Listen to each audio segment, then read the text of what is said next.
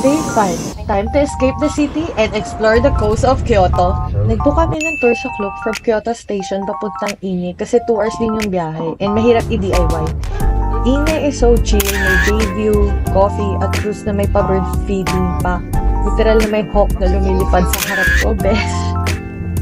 Next stop naman tayo, Amano Hashidate.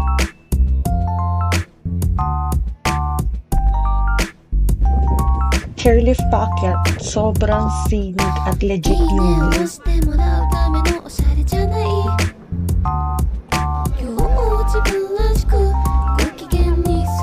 Siyempre, hindi namin pinalampas sumakay ng cycling car. Hindi ito included sa tour ha, pero 196 pesos lang for 2. Bago umuwi, temple stop muna. Lakad-lakad lang habang hinihintay ang bus pabalik. Highly recommended tong tour na to, kaya nasa comment section yung link para makapag-book kayo sa Klook.